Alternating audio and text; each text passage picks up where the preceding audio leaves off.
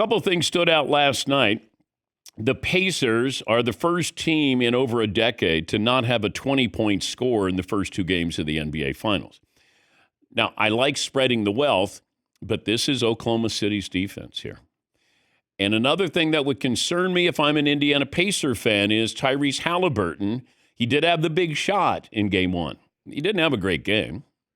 And last night, he was kind of, I don't know, neutral. He was just okay. He can't be just okay. But give credit to OKC, the defense that they're playing, and then you have Shai Gilgeous-Alexander. The difference in game two as opposed to game one, he was more economical with his shooting.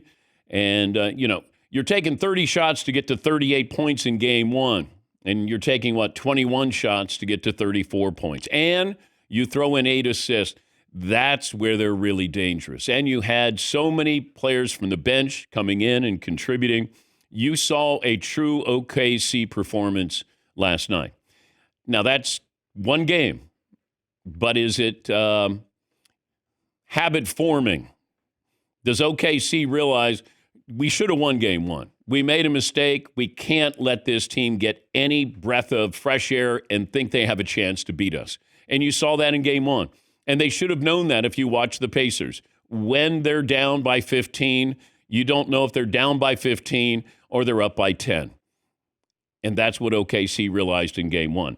Now, I'm looking at DraftKings telling me the NBA Finals outcomes, as far as if you're betting, if this is going to go 5, that is the favorite right now, followed by 4-2 Thunder, followed by Thunder 4-3, and then it jumps to the Pacers winning in 6, Pacers winning in 7.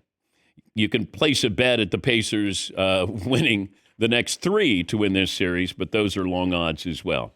OKC is favored. They showed you why they were favored, and now the series is going to shift to Indiana. Paulie and Fritzy aren't sure if Tyrese Halliburton is limping or he just has a really cool walk. I think he has a really cool walk, but it looks like he's limping just a little bit there. Here's Rick Carlisle talking about Halliburton and how he played last night. There's a lot more to the game than just scoring. Everybody's got to do more. Starts with the best players. Starts with, Tyrese and Pascal and Miles, who will be in here to talk to you guys. And then it goes from there. And so, people shouldn't just look at his points and assists and judge how he played, or judge how any of our guys played just on that. That's not how our team is built. I mean, we're an ecosystem that has to function together. And, stats, we got to score enough points to win the game. But who gets them and how they get them, not important. I just want Halliburton to be aggressive. But I'm going to give credit to OKC. Chet Holmgren bounced back. That was emblematic of a team that won 68 games during the regular season. That was a true team performance. They were bringing guys off the bench. I thought you could only have 12 players on an active roster. It felt like they were suiting up guys in the locker room to say, do you want to play tonight? Because did they play 13 players last night, Paul? I looked at the Thunder box score. I always look at the box score for little tidbits for the show. The Oklahoma City Thunder played 17 people in yesterday's game. I honestly thought the max on a roster was 12. Dang. Like, you remember I'm the 12th man on the bench. Yes. Like, you're the last active player. Yes. Okay, I did a little research, believe it or not. During the regular season, NBA team's active roster has to have 12, but can be up to 15. It's your choice. So if you only want to pay 12, but you have to have 12. Oh, okay. You can have 15 regular season.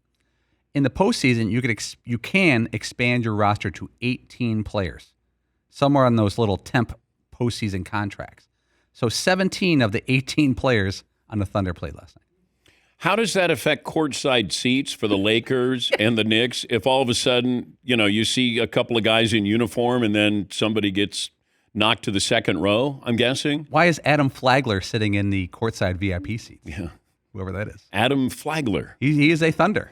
And then there's not Andrew Wiggins coming off the bench, right? It's Aaron Wiggins, who went to Maryland, I think. Is that right, Marvin? Proud Terrapin. Yeah. All of a sudden I'm going, wait a minute. Aaron Wiggins. It makes you like a double take kind of thing. Like, really? Yeah. Oh, Yeah. Yeah. Wiggins had a good game last night. Really? Yeah. how did that happen? Yeah. You on the Thunder now? Yeah.